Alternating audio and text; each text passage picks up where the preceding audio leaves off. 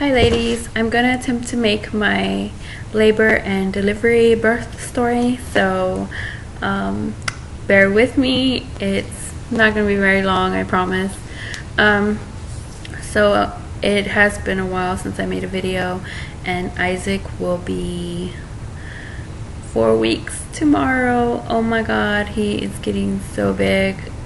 I can't believe he's gonna be 4 weeks already.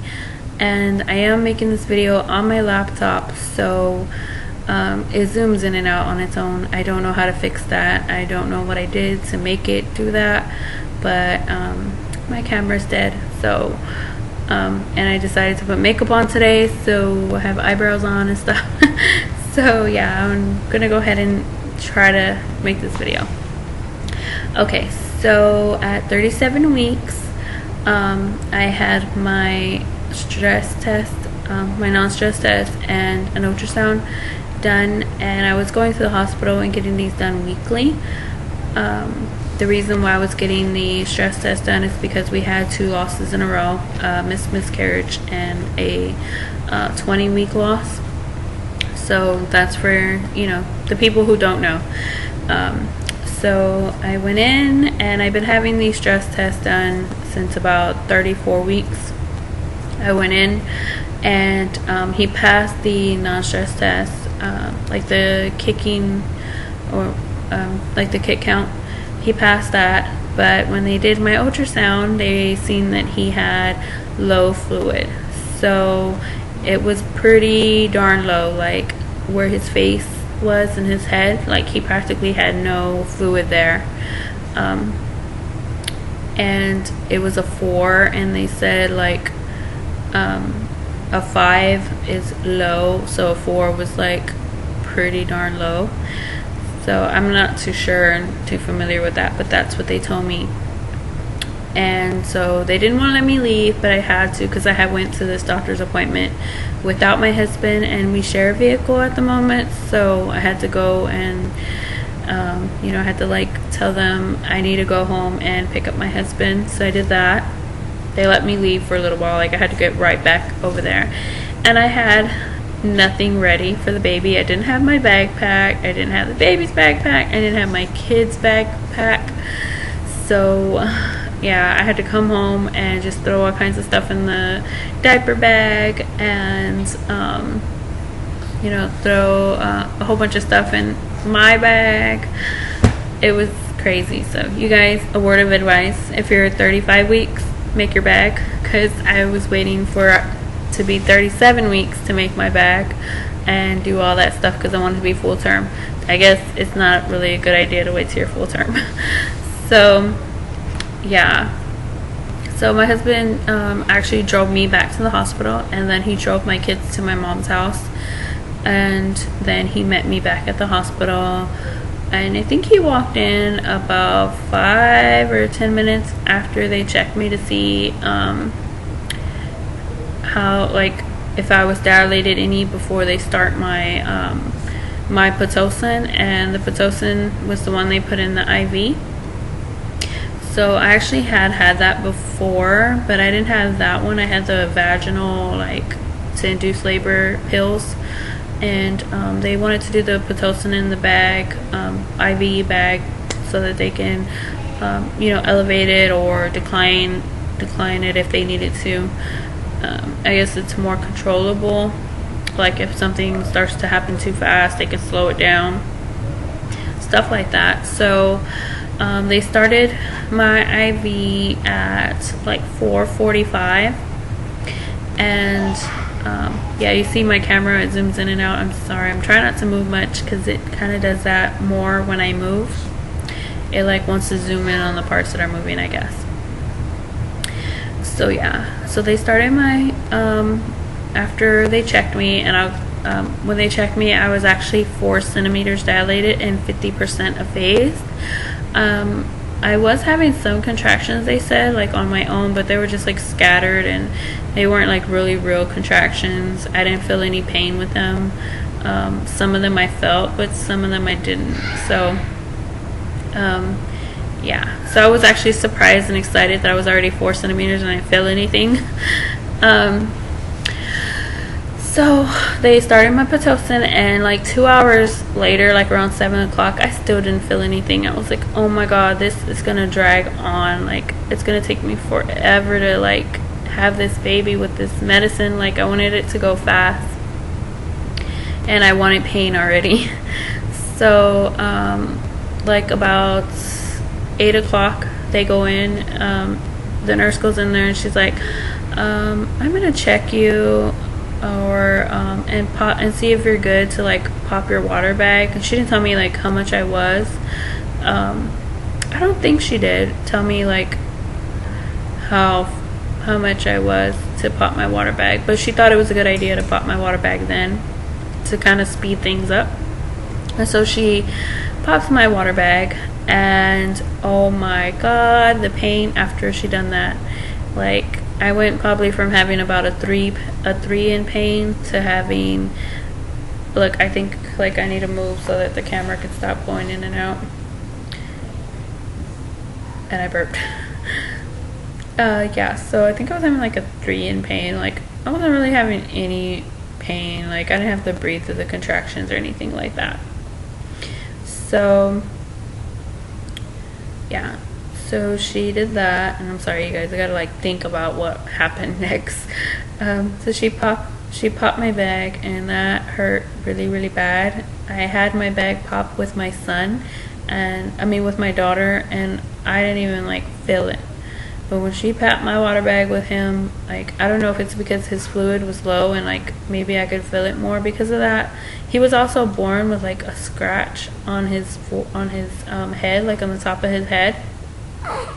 I'm thinking that was maybe she like scratched him with that hook, because it looks like a hook, and they go in there and they like hook your bag and they just like pull it out, and I felt like all the water and the blood gushing out. My husband saw everything too. He's like, that looked bad, and like, I'm telling you, like, it hurt like hell.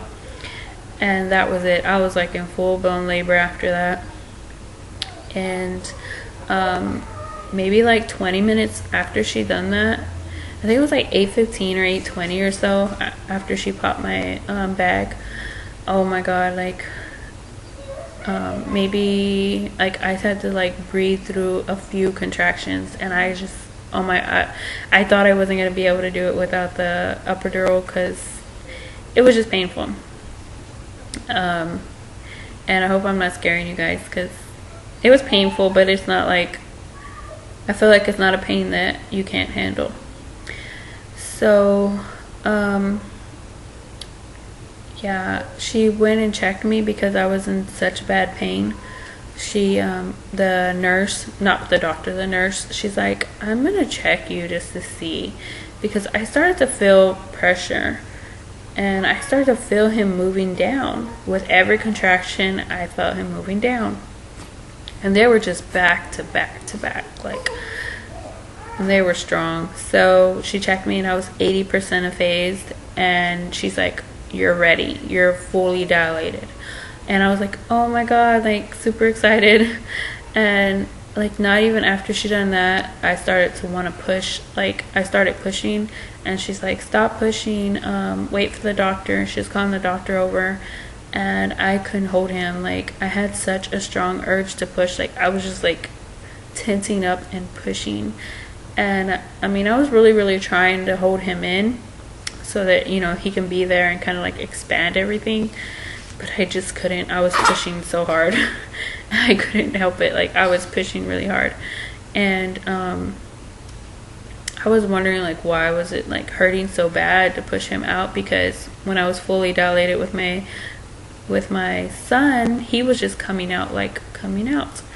You know, his head and everything was just coming out normal, but Isaac was smaller. My son was heavier, like 2 pounds heavier, and Isaac was like, it was just more hard. And I guess the reason why they wanted me to hold him in was because they wanted to cut me down to do like the pyotomy, so that, I guess, to relieve and he can come out better.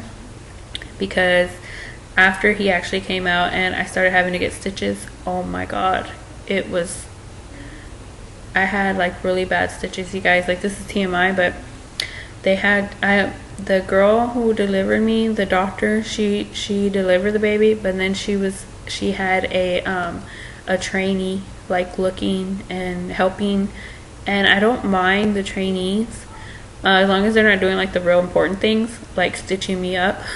And the doctor stitched me up, the trainee did not, but the trainee like took out the placenta and everything.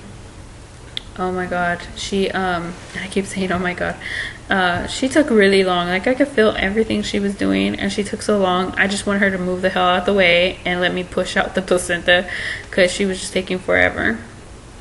But you know, she was a trainee. So yeah, so my baby came out. You know, I was really focusing on pushing him and pushing him out, and I couldn't just wait. Like I was just praying the entire time I was pushing. And oh my god, to hear him cry was like the most wonderful, beautiful thing you could ever hear, especially after delivering a baby that don't cry. You know, you really appreciate those like moments, and you really feel like the full impact of your emotions. It's just wonderful and beautiful. And I didn't cry when I had him. I was like so glad, and just hearing him cry was like the most amazing thing ever. And knowing he was out, I couldn't wait to see him. And so Daddy went over there to Sai and was looking at him, taking pictures of him. And there's a reason why we didn't get any labor and delivery video, because our camera did not charge. My husband had it on the charger, and then when he went to come and video me pushing him out and everything, the camera was dead, and he had to use his phone to get whatever shots he can get of the baby. When they grabbed him and took him over, they put him on my chest immediately. Like right after I had him, they brought him to my chest, and he was so warm, and it was just beautiful. And then they left him there for a while, and they were stitching me up and stuff. And then they took him over and started wiping him down and cleaning him. So yeah, you guys, that's pretty much it. I'm sorry if I say a lot, but that was pretty much it. You know, I got really bad stitches. Like I said, he tore me pretty badly. I didn't get like the cut, the pyotomy cut, so that they can I guess relieve the the opening, help it open to get him out. So I had stitches like underneath my pee hole, and like a lot of stitches. Like I was there for a long time, and that was the doctor, not the trainee, stitching me up, and I was there for a long time getting stitched up. And she would stitch me up, and I wasn't bleeding, like over bleeding or anything like that, which was something that was on my mind, just because I overbled with my son and I hemorrhaged with my daughter. So but everything was fine, and everything went great, and I didn't need the epidural. I didn't get it, so I was super excited about that.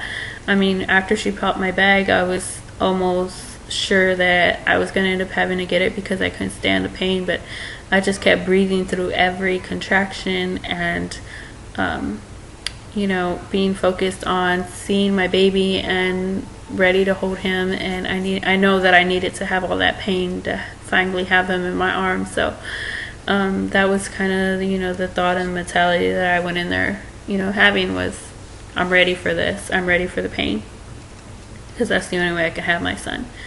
So you guys, that's pretty much it. He's next to me sleeping, and I'm afraid to almost show you guys him, just for the fact that this screen keeps going in and out. But I guess I can show you guys, give y'all a little peek at him now that he's getting much bigger. Like I said, he's already going to be a month old tomorrow. I can't believe it. So here he is. He's sleeping in his